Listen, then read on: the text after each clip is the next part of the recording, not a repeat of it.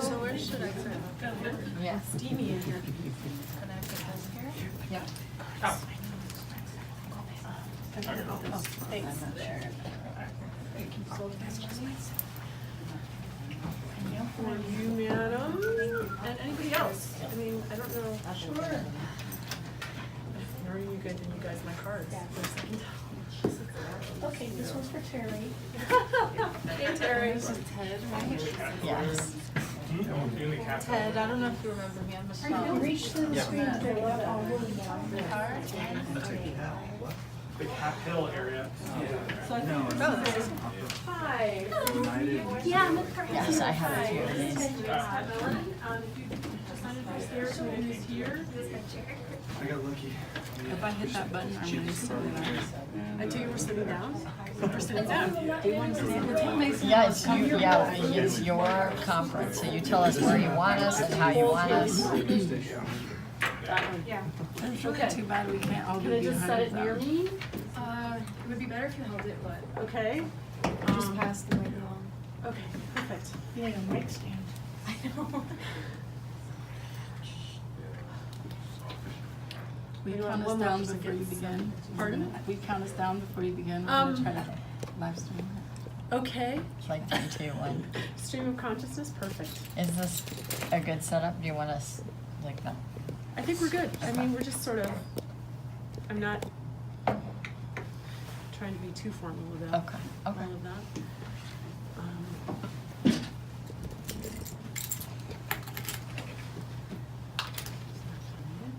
Oh, thank you. Did you, and I've got, there are cards floating around for me. Do we all have our phones on mute? Everybody, Oh, yeah, everybody that's on great. silent? Thank you, Michelle. Yeah. Eat a cookie, that way it'll be silent. Not me. Not standing on ceremony there. So how are we on time? What time is it? 11:30. 11:30, on the money, okay. Are you ready? It's a question for you. Yes. Been ready. All right, we'll start now, okay? Thank you very much for coming this morning. My name is Pat Mellen. I'm an environmental attorney, and I am a sole practitioner at Pat Mellen Law. And I am here on behalf of 7 concerned community groups who have long-standing concerns about the safety of Rocky Flats.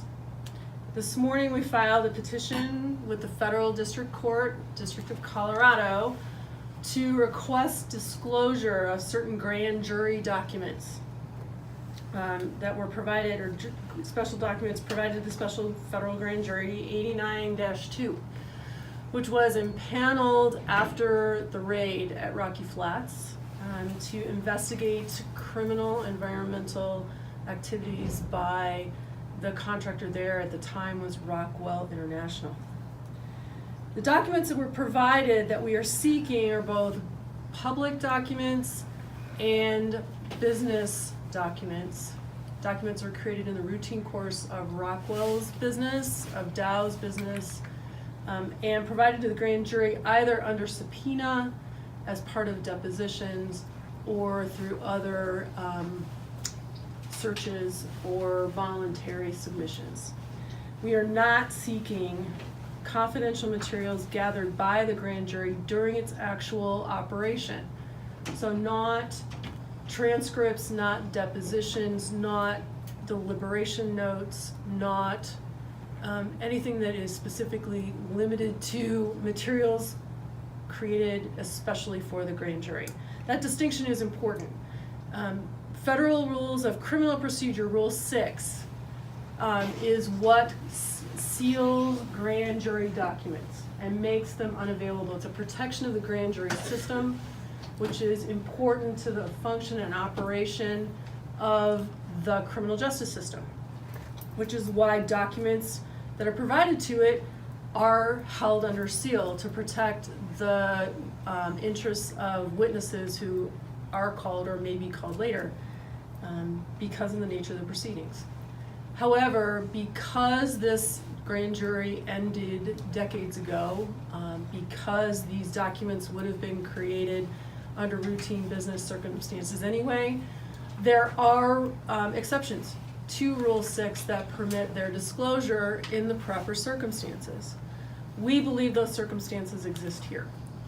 The grand jury documents are being sought preliminary to litigation. We've reached a stalemate in this region between the advocates for economic and other development at or near the refuge and the community groups who believe that that economic development is not safe yet. And so we're seeking the disclosure of this information in order to audit the cleanup that happened, the risk assessment that followed it, and the determination that the refuge portion of that property is actually safe for unlimited use and unrestricted exposure. While that may be true for the Superfund purposes that it was calculated for, we believe that that designation is being misused and extended for other purposes that the fundamental parameters that were used to calculate it don't support. So I'm going to turn it over to the groups who actually are the petitioners here. So before I do that, I'm going to ask John Lipsky, who is to my left, who is a former federal Bureau of Investigation investigator, to talk a little bit about this experience. Hi, my name is John Lipsky, and I was the affiant of 2 search warrants at Rocky Flats in June of 1989. I was also the principal lead investigator for the criminal investigation of Rockwell at Rocky Flats that concluded in 1992, and I was a subject matter expert witness for the plaintiffs in Cook versus Rockwell. It's been 30 years this October or August 1st that the grand jury was impaneled, and make no mistake, the government did not want the documents to see the light of day. And I think that's bolstered by the fact that with the publication of the Ambush Grand Jury nonprofit nonfiction book, in 2004, then Congressman Mark Udall asked the EPA, the Department of Energy, and CDPHE to refute the allegations in the book, and that was not done. And to even take it further, then U.S. Attorney John Suthers offered to show his files, and if necessary was going to get the motion before the court to release the information if it was concerning grand jury material. And there were no the offer was made, there were no takers, and I'm just very hopeful that Ms. Mellen and the plaintiffs that have caused this action will be able to secure a positive approval from the court without opposition. But I really am worried that there will be opposition because, like I say, 30 years ago these documents were not meant to see the light of day. And my hat's off to these community organizations for doing this. We have at least five imminent threats that are about to occur out at Rocky Flats or in the adjacent area, and with the refuge never being remediated, neither were the off-site lands. How many more people have to be subjected to the threats? And I thank you very much. So I'd like to turn this over now to Tiffany Hansen, who is the representative of the Downwinders. Hi, my name is Tiffany Hansen, and I'm the director of Rocky Flats Downwinders, a nonprofit community group advocating on behalf of those people negatively impacted by living near the former Rocky Flats nuclear weapons plant. I have heard personally from hundreds of citizens over the past 5 years who believe their health problems have been caused by living near Rocky Flats. In addition, on November 28, 2018, the current and longtime head of Jefferson County Health Department, Dr. Mark Johnson, spoke publicly of his concerns regarding whether the area near Rocky Flats is safe, his distrust of the Department of Energy, and his concerns about the supposed cleanup of Rocky Flats. We share in the distrust and believe it is time for the public to know what the grand jury knows about the scope and nature of the admitted contamination that occurred both on and off-site the plant and its impact on the health of those living nearest Rocky Flats. We will not rest until the truth is revealed to the public and an independent, comprehensive health study is finally conducted of the downwind population. Thank you. Okay, thank you. And now I'd like to turn it over to Terry Berry, who is here by Skype.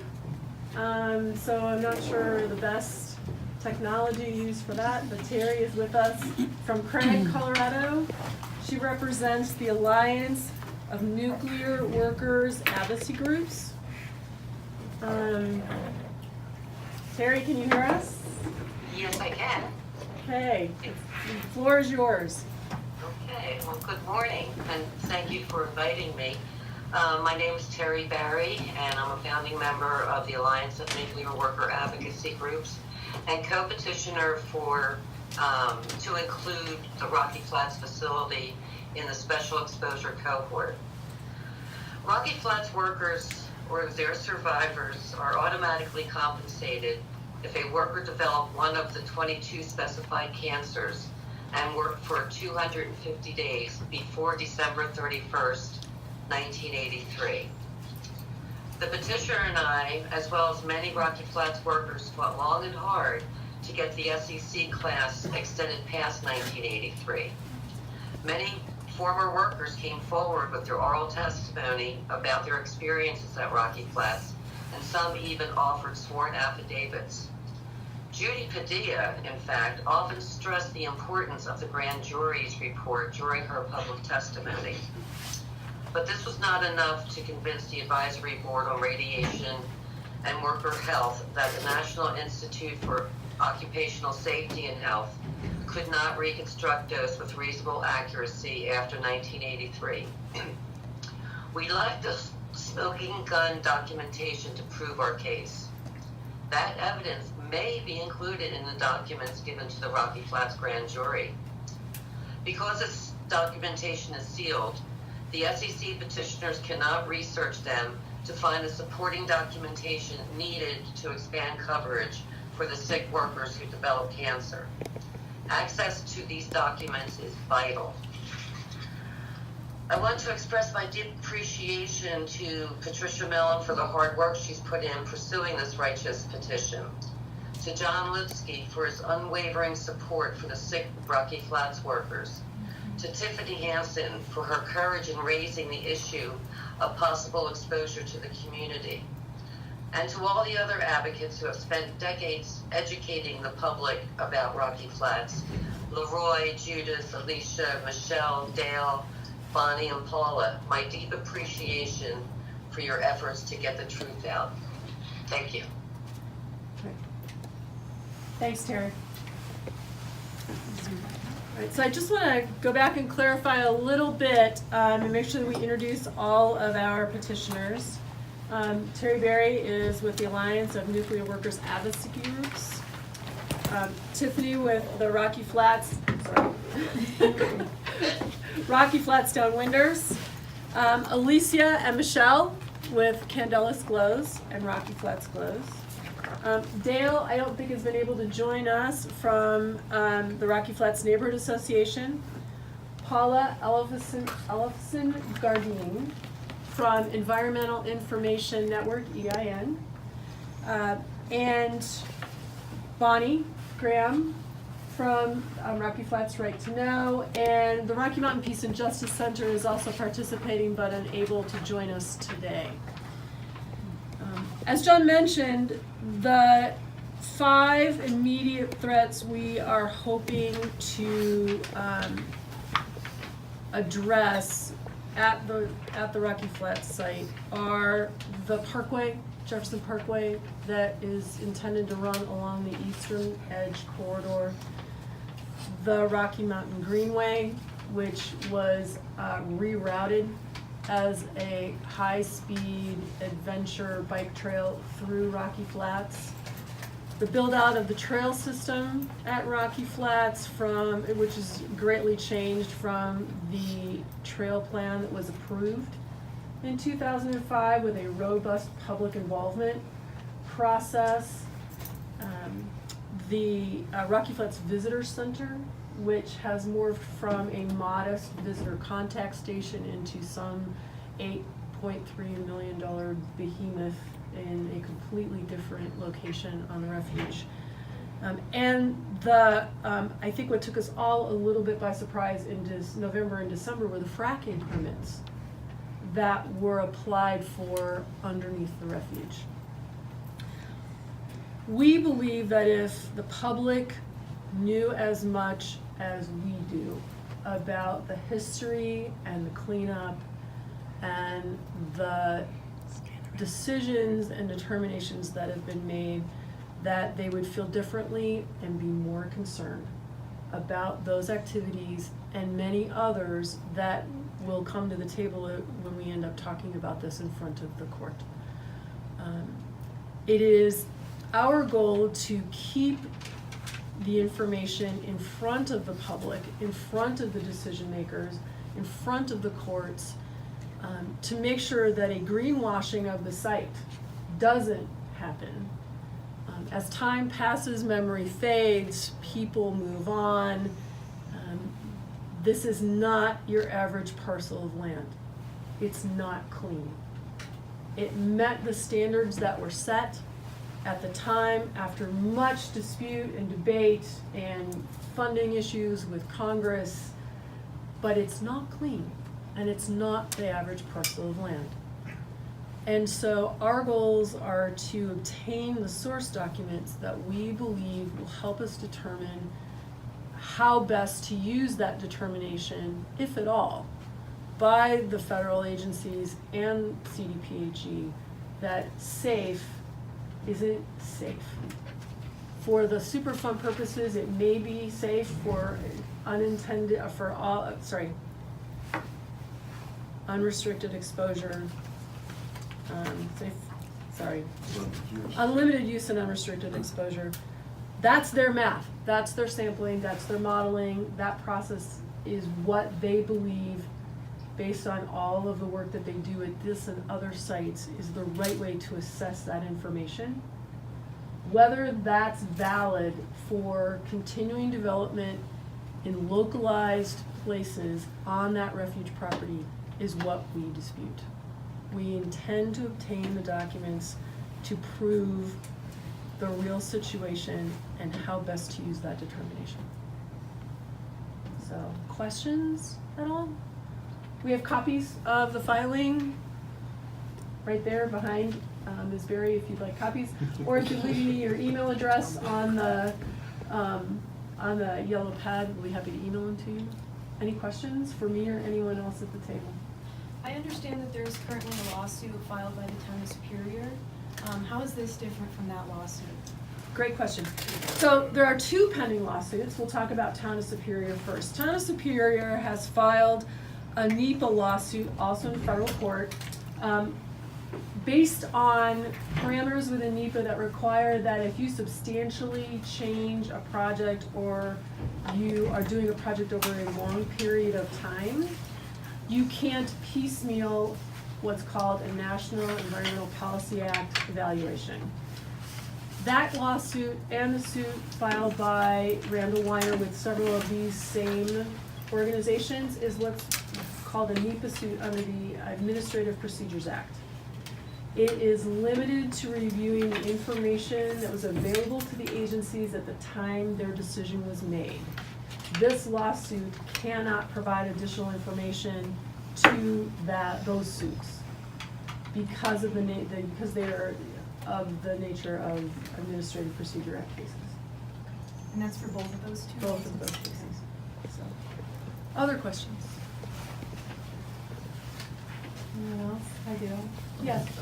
Do you hope that what documents you require from the grand jury will be limited in scope specifically to worker compensations claims, or is there a chance that other documentation may, in other words, how limited do you think the retrieval will be? We would like to review all of the documents to determine if they relate to contamination on that property. So while worker interests are an important piece of this, what we're really looking for are records related to contamination, whether it was process related, disposal related, accidental, incidental, It's whatever hazardous substances were used on that property for whatever reason and where they ended up. I had this question come up yesterday as well. It's difficult to say of all of the documents that are there, what will apply to this or not. I would tell you my experience in researching this topic for the last 2.5 years is that as I go looking for one thing, I find one thing and 4 others I was not anticipating that may be under a different title, may be under a different author or an unexpected exhibit to something else. So it's very difficult to say specifically without actually viewing the document whether it would apply to the hazardous substances out there. So, other questions? Yeah. Yes, ma'am. So we feel like this is a really historical moment. Okay. And I wonder if you want to speak at all to what this means historically and maybe even nationwide, and why this isn't just maybe even localized to Rocky Flat. Like, what's the historical context of this? I'm not entirely sure what you mean. Do you want? Why don't you? So what you Just knowing your the history perspective of the site, for us it's a really big deal that we have these sealed documents, a grand jury that was silenced, and just these documents that it's been very important in the past to be sealed. And when they were sealed, as John Lipsky said, they were sealed in perpetuity. This was supposed to stick. And so just sort of speaking about what it means for us to be able to open them, and also from our perspective, we kind of wanted to make sure we say that we don't want to open them just so that we can like blame somebody or point fingers. Really what we're trying to do is get information and move forward from the point that we're at now. So I'm not sure that really helps, but just tell trying us to all your name. speak to you know, just the importance, how momentous this feels for us. So I'm Michelle Gabriel Parrish. I'm with Candelas Glows. Yeah. This cleanup, this site, this issue is personal to many people in this community. And the sealing of grand jury documents, you'll see in the pleading if you read it, one of the aspects of a grand jury is that documents can go there to die, basically. Because of the sealing nature of a grand jury, documents submitted to it are generally considered sealed, as Michelle said, forever. We are seeking information. It is long past the point of blame or holding accountable. Rockwell pled guilty to 10 environmental crimes. They paid a fee at the time, or a penalty at the time that was a record. It no longer is, but it's 30 years later. So it's not about blame, and it's not about pointing fingers or being right. We have a site that is in a state that it is in today, however it got there. We have to be responsible stewards and make responsible decisions about what happens at that site in the future. To do that, we need to know what's really there and where it really is. I like to say that Rocky Flats is not a math problem. It's not a story problem. It's not a statistics thesis in college. It's a living, breathing site that affects everyone in the community. Mm-hmm. And while that statistical modeling that was done for a specific purpose related to the Superfund designation was done with the best knowledge available at the time. It, or maybe not, but no. So what I want to avoid is we're not going to get into whether the cleanup standards were agreed to or whether, you know, there was malfeasance on anyone's part. What we want to focus on at this point is, were all of the sites properly identified and characterized, and do they still pose a threat because there was no remediation on the refuge? We have to keep saying that. The CDPHE and the documents related to the site openly acknowledge there was never any remediation on the site. So, we need to know where materials still live. We need to know that while the CDPHE and the EPA and DOE have stated that they feel the site as it sits today is safe. Well, and again, I'm being specific in how I say that. Well, they say that that is true. We believe that based on this, if you take that information in the context of the standards, that below 6 feet, any contamination was left unremediated and uncontained. So, if I took, I'm known as a bottle of water, if I took, can I have that bottle of water for a moment? If I took this bottle of water and said it was plutonium, and I wanted to bury it 7 feet under your garden, and I told you it's probably gonna be fine, would you let me do it? Would that be okay with you? And that's really what we're talking about, is it's the standard at Rocky Flats was 6 feet and under was left unremediated. If you look at Bonnie's t-shirt, it tells you the standards for what was allowed, and that's the Rocky Flats cleanup agreement.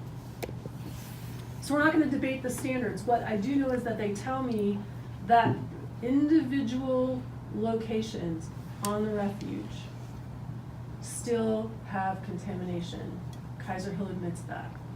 There are hot spots on the refuge. They are documented.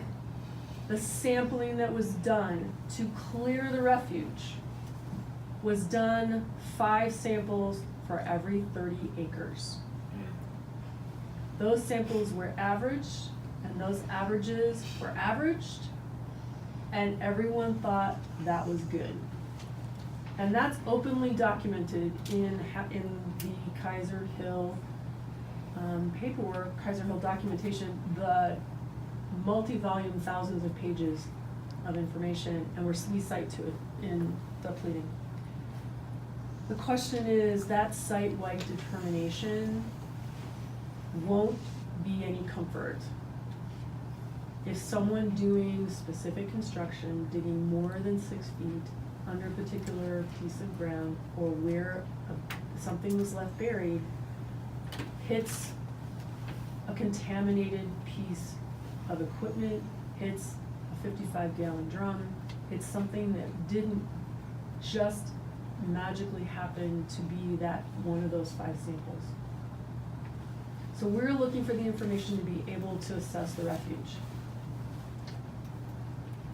in order to manage it appropriately and to talk about whether this site-wide determination should apply beyond the Superfund determination.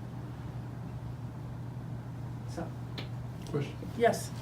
Terry, I got a question for you. Yes, sir. Please explain why the special exposure cohort for the workers basically ends in 1983 when Rocky Flats workers worked out there until about 2006. Well, it's because NIOSH convinced the advisory board they have the expertise to reconstruct those using the workers' bioassays, badge readings, things of that nature. The petitioner and I and Rocky Flats workers disagree with that. I'll give you a good, for instance, on the documents that we are seeking and how it can help possibly expand this SEC. And it's a theoretical example. One of the issues is tritium exposure to the workers. We know there was a release back in 1973 and 1974. It's well documented. The workers who came forward to tell the board that tritium was released all the time and tritium alarms went off all the time. The documents that the grand jury has that are sealed could possibly have information or an incident report of where the tritium, if there was additional releases into the atmosphere and into the community. So that's just one example of how we could use documentation for the SEC. Terry? And also you have to remember that the workers were exposed environmentally. I mean, they worked there. So if they're walking back and forth across a piece of land where the drum is buried only 3 feet, you know, and it's being released, they're affected that way also. Terry, can I interrupt you for a second? Sure. Will you please explain what tritium is and how it... Tritium is a radioactive gas that is hydrogen, right, Dale? Yeah. Yeah. It's radioactive hydrogen. Hydrogen-3. Hydrogen-3, yes. Don't forget that they had massive releases to Great Western Reservoir, and it was demonstrated in the residents' urine of Broomfield. So it wasn't just workers that were exposed, the community was exposed. Right. So one of the challenges of this petition is limiting it to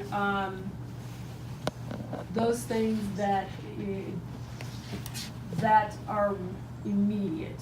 There are other applications beyond the 5 imminent threats that we have mentioned in this petition. The workers' interests, the Downwinders' interests, the prescribed burns that were avoided in 2012, 15. Prescribed burns are still on the table. The breaching of the solar terminal ponds. So this petition could have been a book. We tried to avoid that because people's eyes glaze over, understandably so, about how the site has been contaminated and remediated. And unfortunately, that works against us because it's hard to put this succinctly into layman's terms about why concerns still exist. You talked about earlier how this is very deeply personal to the people very involved in that community. I guess more broadly, why should people across Colorado care about this?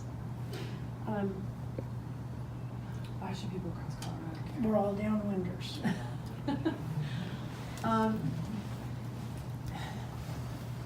Future generations. It's a vacation spot. People are going to be going there to visit. You know, when you look at the map of Colorado and you say, I'm going to be in Colorado, I'm going to be on the Front Range for 5 days, what should I look at? Rocky Flats should not be on that list. And it also sets a huge precedent for turning other waste sites into wildlife Rocky Flats has been refuges. used as a model Yes. for how they can greenwash one of the worst sites in the country and do it at other DOE sites across the United States and convince the public that it's harmless, and it's not. What are some other examples of sites like this across the country? Fernald is one. Fernald, Ohio, Hanford, Santa Susana Field Lab in Los Angeles. Coldwater Creek in St. Louis, Mound, Yes, we have Yep. found. Mound in Ohio, Savannah River. Georgia. So weapons to wildlife is a moniker for that concept of turning these sites that were part of the military complex into wildlife refuges managed by the Fish and Wildlife Service. Originally, it was meant to keep the public out. And they converted that to, let's have them recreate. They can convince the public that there's nothing wrong there and that it can have unlimited use. They can do anything they want. They don't have to sequester waste. They don't have to clean up a site. They just need to convince people that it's fine. And all their studies are based on the adult white male, not the susceptible women and children. And, go ahead, sir. I have a question about the weapons to wildlife concept you brought up. Is there any history of lands that have been converted from weapons facilities to wildlife facilities, and then those wildlife facilities being sold off to commercial and residential We can. uses? Oh yes, definitely right here. They're not far from here. Rocky Mountain, The Arsenal? Arsenal National Wildlife Refuge. There's a development on that. If you go to the $500,000 house, I talked to the realtor there. She said, oh no, this was never part of the arsenal, but it was. They call it Stapleton. So yes, very close to here. We also have weapons to wildlife in the Rocky Mountain Arsenal National Wildlife Refuge. It's very different from Rocky Flats. It was not nuclear. So there was chemical weapons. The health risks, the health effects from that are more immediate, and there was cleanup there. We're talking at Rocky Flats. We're talking particles with a half-life of more time than any human can possibly imagine. So those contaminants at Rocky Flats will be there forever. I have a question. Bonnie, I'm not really sure on this, but CSMRI's Colorado School of Mines Research Institute, 58th and McIntyre. Half of it was declared a Superfund site, which contributed waste to Rocky Flats because it was radioactive, and the other half was built out as a condo complex. Right, there's Also, another one. Coors Porcelain was right there. They did Project Pluto. Right. And That they was a- had radioactive batteries and whatnot for satellites there. And their waste went to Rocky Flats. Exactly. I'd like to speak just a little, as the physician, or at least one of them in the group. Introduce yourself. Oh, my name is Sasha Stiles. I'm a adjunct professor of the Department of Environmental Policy and Management at University of Denver. We're doing research on the health concerns in coordination with the Downwinders related to nuclear issues. But also, I'm a member of PSAR, Physician for Social Responsibility, which now is developing a full chapter in Colorado, specifically to discuss the new issues of fracking that have come up, and also to reconsider all the issues surrounding Rocky Flats. And I also work as a consultant to atomic advocacy groups, and have been able to review in that respect records from workers from the Rocky Flats plant, and I am a resident of Superior. And I will tell you, on all accounts, the more I learn, the more I am devastated and outraged by what the communities at large have not known about the health of our fine workers, and also the disability and the potential continuing disability to everyone as a downwinder or a almost downwinder that lives in Superior. It is profound. It is continuing. It is not just continuing in the multiple health effects we know that Tiffany's group and others have found in the downwind population, the cancers, also in the animal populations that we've heard of. And also, my field is epigenetics, which means I've researched the genetic vulnerability in this generation, past generations, and in the next, based on hopefully some of the things we'll be able to find out from the current lawsuit. I realize that the scope has to be what are we going to be able to learn to help our situation stay healthy for the time to come. A lot of the devastation has already happened and is continuing to happen, and as a physician, I have a heartfelt need and responsibility to look at the past, the present, and the future in terms of the health of our community and anybody who travels here. For them to know what a Superfund site is, what it can still do. Just the other day, we were driving past the Refuge, and we saw a bunch of horse trailers. So that, horses that were brought and were being brought into the Refuge. And my first thought is, oh my God, I hope that those people who have those horses are not then coming back to my neighborhood, which was less than 2 miles away from that. A lot of that is stuff I know, a lot of it that I don't know, and I hope this current lawsuit will help us know what we need to know so that we can protect our communities in the future. I think that's when you asked earlier about why should Greater Colorado care. One of the strong concerns expressed by the local communities is the tracking of contamination of the refuge. Through the greenway, through the bicycle trails, from car tires.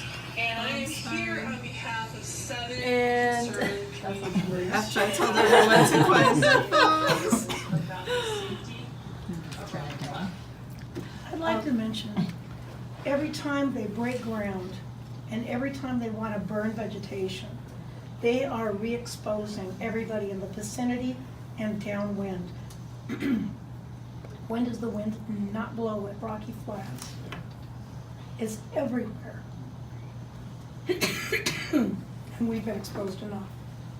Are any of you at all aware of how the shutdown is affecting this area? I That's mean, I a know in great national question. parks, there's no one there, so there's trash building up, but here, There is a lack of monitoring. Every time they've broken ground in Candelas and for the trails, there's been no monitoring of any kind. That's irresponsible. Yeah, I'd like to sort of stay away from the current compliance issues.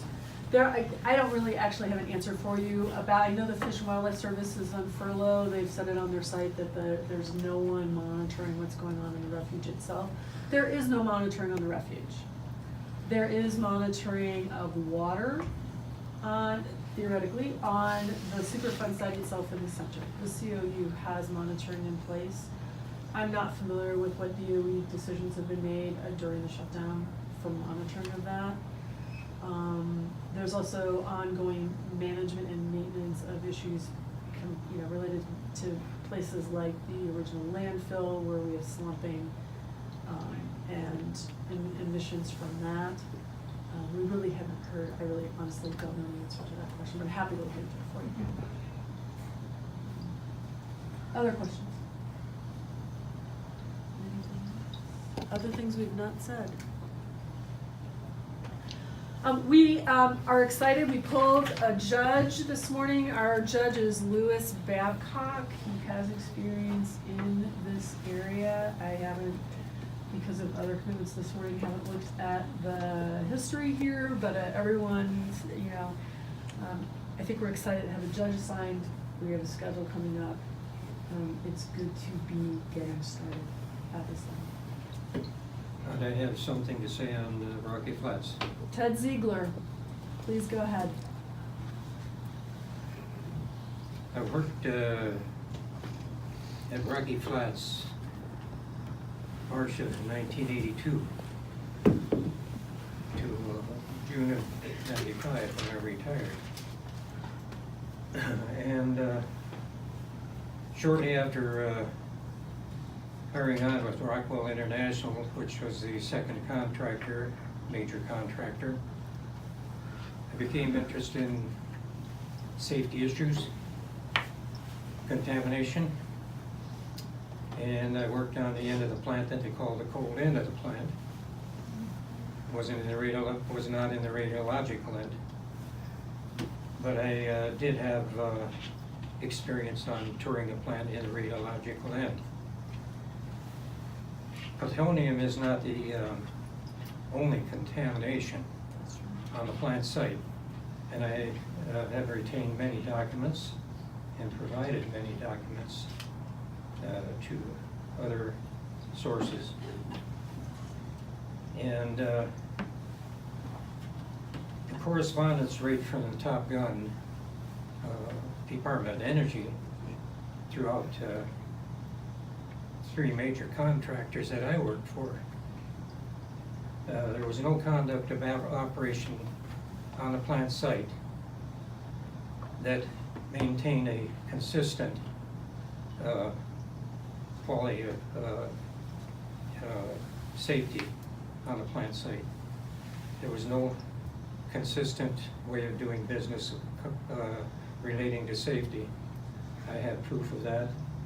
As correspondence proof with the major contractors, Department of Energy, and industrial hygiene, and also with the details that we're confronting today with our leaders in Colorado. And not only our leaders, but our community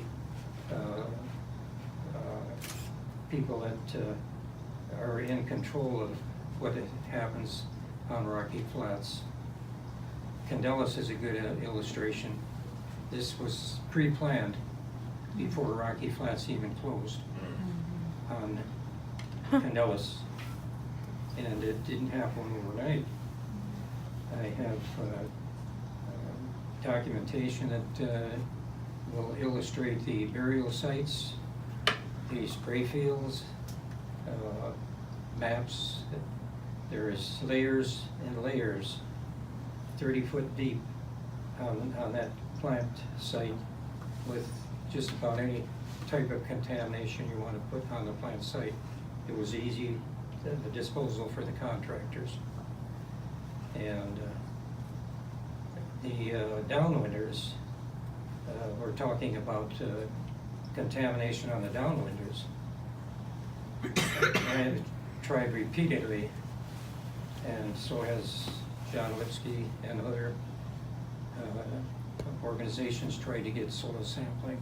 The contamination is in the soil on Rocky Flats, and it reaches the surface no matter what we try to avoid. It reaches the surface through burrowing animals, worms, you name it. And for example, worms are discrete. Their weight every time, 24 hours, they come up to the surface, their body weight. So do other burrowing animals. I visited Candelas, right at the fence line of the Candelas area, and there's feces from deer along that trail on the south side of Rocky Flats, and those animals eat the vegetation on Rocky Flats, which is contaminated, and it's a source of not only contamination to the children in that Candelas that will be playing on that area or venturing into the area. The contamination issues that we've addressed, not only with the Department of Energy, but Colorado Department of Health, have avoided to give us soil sampling. That's where the contamination is. It begins in the soil. And I think what we're trying with this petition to do is get out of the sampling business for the moment. Sampling, I think, is what got us here. Let's go find what actually we know about where things are buried here. I can show you. Okay. Thank you, Ted. Thank you. Other questions? Other comments? Okay. If you have any concerns or questions later on, feel free to give me a call, or John Lipsky. I can direct you to any of the petitioners who are here. If you have specific questions for them, we will keep you advised as the lawsuit progresses. I expect to know something, depends on the federal shutdown, because it'll affect the courts eventually. But we hope to have some next steps in the next 3 months in terms of scheduling a hearing. Thank you. Thank you, everyone. Can I get a picture? Who do you want a picture? Before the plaintiff petitioners all disperse, can I get everybody up What's here that? for a picture? Yeah, and stay on the line, Terry. We need you in the picture on Skype.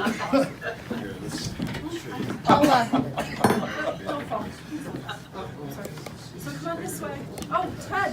This is what the Candelas people have to sign and have it notarized to buy a home. Can I have this copy? Will you grab that filing for Pat to hold up? Just That's okay? Just one. Awesome, thank you. I don't know if you're gonna turn out very good. You know, we should get a few people sitting. Can we